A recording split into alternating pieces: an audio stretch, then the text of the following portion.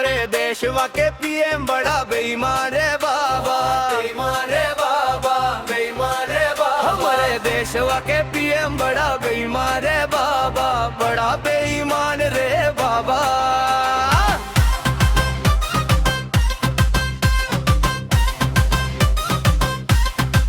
हमारे देश के प्रधानमंत्री बड़ा बेईमान रे भैया।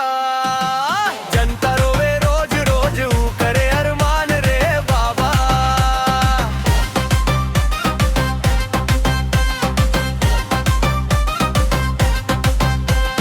वादा कैले रहनी पूरा न कैले कवनो काम, गरीबन के सपना टूटल सुन पावे उनकर नाम।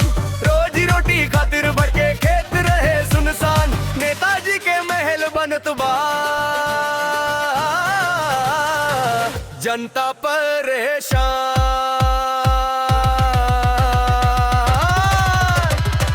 हमरे देशवा के पीएम बड़ा बेईमान रे बाबा।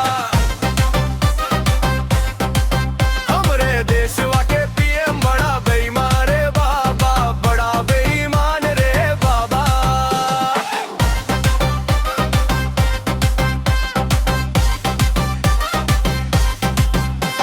चुनाव के टाइम पर बोलन मीठ मीठ बात, कुर्सी मिलते बदले रंग भूल गल हर बात। महंगाई के आग लागल जले हर किसान, कब जागी सरकार अब पूछे हिंदुस्तान।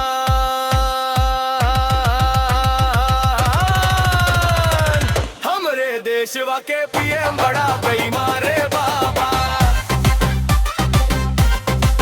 हमरे देशवा के पीएम बड़ा बेईमान रे बाबा, बड़ा बेईमान रे बाबा।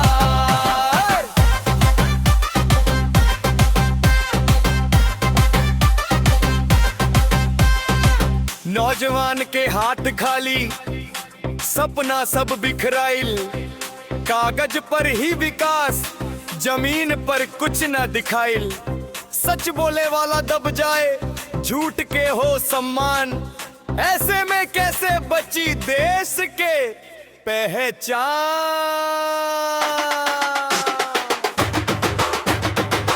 हमरे देशवा के पीएम बड़ा बेईमान रे बाबा।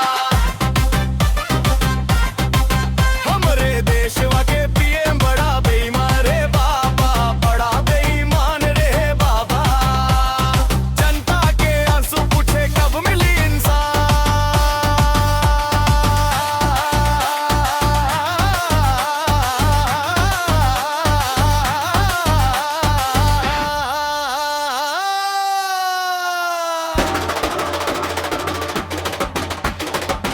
जनता परेशान।